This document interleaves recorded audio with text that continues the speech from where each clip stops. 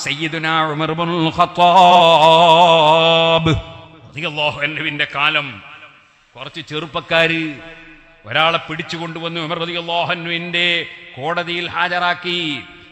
അവർ പറയുന്നത് എന്താണ്? ഇയാൾ ഞങ്ങളെ ബാപ്പാനെ കൊന്നുകളഞ്ഞു എന്ന് മക്കളാ പറയുന്നത്. എന്തേ കാരണം? ഉമർ റളിയല്ലാഹു അൻഹു നീതിപൂർവകമായ ഭരണം നടക്കുന്ന കാലമാ. ബാപ്പാനെ കൊന്നതിന്റെ പേരിൽ മക്കൾക്ക് കൊല്ലാൻ പറ്റൂല.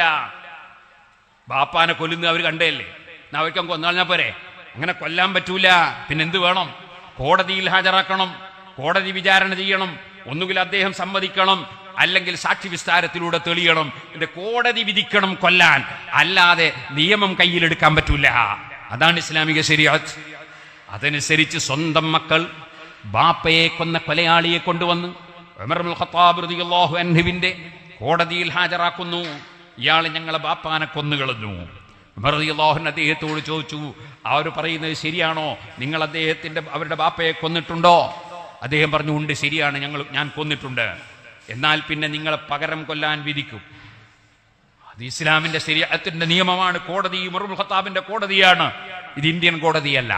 ഇസ്ലാമിക ശരീഅത്തനുസരിച്ച് ഉമർ ഇബ്നുൽ ഖത്താബ് റളിയല്ലാഹു അൻഹു അദ്ദേഹത്തെ കൊല്ലാൻ വിധിക്കുന്നു. സുഹൃത്തുക്കളെ, ഒരാളെ കൊന്നതിന് വേറൊരുത്തനെ കൊല്ലാൻ, പകരം കൊല്ലാൻ വേണ്ടി വിധിക്കലില്ലട്ടോ. അങ്ങനെ ഒരു ഇസ്ലാമിക നിയമമില്ല. തെരുവുകളിലും കൃഷിയിടങ്ങളിലും ഫാക്ടറികളിലും ജോലി ചെയ്യാൻ വിധിക്കപ്പെട്ട നിഷ്കളങ്ക ബാല്യങ്ങൾ കേരളീയ സമൂഹത്തിന് അത്ര പരിചിതമായിരിക്കില്ല. പക്ഷേ ഇന്ത്യയിലെ വടക്കുകിഴക്കൻ സംസ്ഥാനങ്ങളിൽ ഈ കാഴ്ചകൾ നിത്യജീവിതത്തിൻ്റെ ഭാഗമാണ്. തുച്ഛമായ വേതനത്തിനു വേണ്ടി പാവപ്പെട്ട കുട്ടികൾ കൊടിയ ചൂടും കനത്ത തണുപ്പും വകവയ്ക്കാതെ നരകയാതന അനുഭവിക്കുന്നു. പ്രാഥമിക വിദ്യാഭ്യാസം പോലും നേടാൻ സാഹചര്യമില്ലാത്ത ഒരു ജനതയായി വലിയൊരു ശതമാനം മനുഷ്യർ ഈ പ്രദേശങ്ങളിൽ ജീവിതം തള്ളി നീക്കുന്നു. ഇരുളടഞ്ഞ ഈ ജീവിതയാത്രയ്ക്കിടെ മതിയായ രേഖകൾ കൈവശമില്ലാത്തതിനാൽ പലരും കുടിയൊഴിപ്പ് ഭീഷണികൾ നിരന്തരം നേരിടുന്നു. അത്തരം മനുഷ്യരെക്കുറിച്ച് ഒന്ന് ആലോചിച്ചു നോക്കൂ. രാജ്യത്തെ രണ്ടാം കിട പൗരന്മാരായി ഇവർ മാറിയതിന് കാരണങ്ങൾ പലതുണ്ട്. പക്ഷേ പരിഹാരങ്ങൾ ഒരുക്കേണ്ട സമയം അതിക്രമിച്ചിരിക്കുന്നു. SSF ഇന്ത്യ അവരെ ചേർത്തുപിടിക്കാനുള്ള ദൗത്യമാണ് ഏറ്റെടുത്തിരിക്കുന്നത്. വീണുപോയവർക്ക് സാന്ത്വനം പകർന്ന് പുതിയ പ്രതീക്ഷകളിലേക്ക് കൈപിടിക്കുകയാണ്.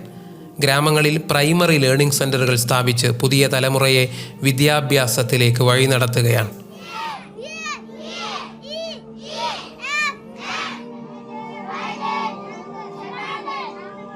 രാജ്യത്തിൻ്റെ 5 പ്രധാന ഭാഗങ്ങളിൽ വിദ്യാഭ്യാസ ഹബ്ബുകൾ നിർമ്മിക്കുകയാണ്.